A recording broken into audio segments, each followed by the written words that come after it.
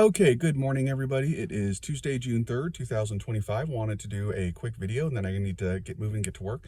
A lot of talk the last few months about factory jobs, and the Trump administration has been promising we're going to bring in millions of new factory jobs. This is a bipartisan thing. You hear a lot of Democrats talk about that. Biden certainly talked about it. Lots of manufacturing jobs. Let's talk about the myth versus the reality. First is the myth. This is a myth that largely appeals to male voters. Probably, I'm sure, has some appeal to female voters, but largely men. And the idea is that, well, if you get a job in a factory, you have a steady, nice middle class income. You will afford a 2-story house, not a big fancy one, but a nice one. You have 2 cars in the garage, and your wife can afford to stay home with the kids. All in all, pretty nice little setup that it's offering. Certainly not a luxurious or wealthy lifestyle, but a pretty nice one. Let's talk reality. Reality number one. Average job in the United States pays a little over $66,000 a year. Average manufacturing job in the United States pays a little over $51,000 a year. So for a lot of Americans, to go work in a factory would be somewhere in the neighborhood of a $15,000 pay cut. I know that's not really how averages work, but you get my point. The fact of the matter is that you can generally make more money working somewhere other than a factory than working in a factory, which means that while this may be a great political talking point, it's not necessarily as great of a reality. Now, $51,000 a year is hardly, starvation wages or anything. I mean, that's a decent living, but also it depends on where you live. If you're living in New York or Los Angeles or somewhere like that, that's peanuts. If you're living in, Duluth, Minnesota, or Ocala, Florida, or something like that, it's probably actually pretty good. But it's well below the national average, so you're not going to see a ton of people going for it. Another set of numbers to look at is polling. There's been some polling out recently, and what it's shown is that over 80% of Americans think factory jobs are good, yet only about 20% of Americans actually want one.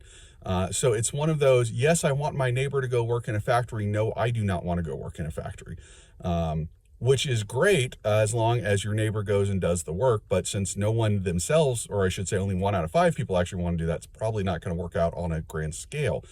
Another thing to know is, again, this sort of bipartisan promise, and again, both parties do this. They say we're going to bring in millions of manufacturing jobs. There is currently around 460 to 470,000 available manufacturing jobs in the United States right now, today.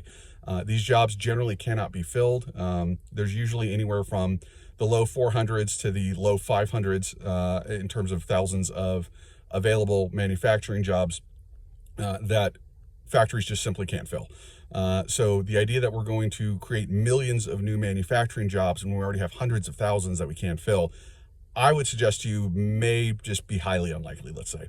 Another thing knows that according to recent JOLTS open jobs data, there's around 7 million available jobs right now in the United States. So realize those manufacturing jobs have to compete with millions of other available jobs.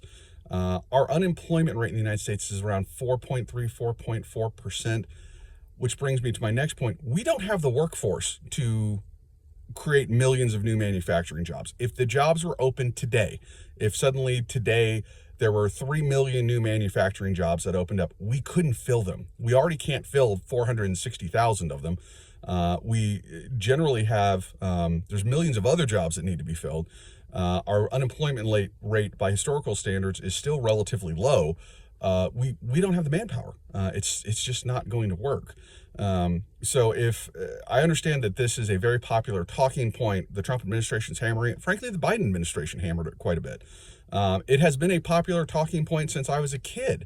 I remember talking about this in, my social studies and current events classes in the 80s and 90s in elementary school and high school and things like that. This is not a new topic. It will continue to be talked about because it is a nice fantasy to sell to male voters. Get this, and you're going to have what I call the Homer Simpson lifestyle. Homer has a 2-story house, a couple of cars, wife with 3 kids, wife's a stay-home mom.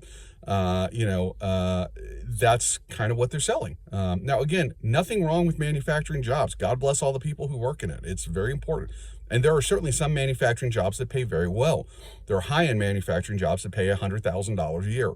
There are very few of those. They are very rare. They're very much the exception, but they do exist. So I'm not trying to trash manufacturing here, but my point is that we're going to have millions and millions of manufacturing jobs, new ones, ain't going to happen. Again, there are hundreds of thousands of manufacturing jobs that need to be filled. There are certainly millions of people who work in manufacturing. It is not going to disappear. It will continue to remain a source of employment. I will, however, note that as a percentage of the labor force, the percentage of Americans working in manufacturing has been steadily declining for decades, even as the overall output of American manufacturing continues to get higher and higher. Which brings me to my final point, automation. Factories are becoming more and more automated.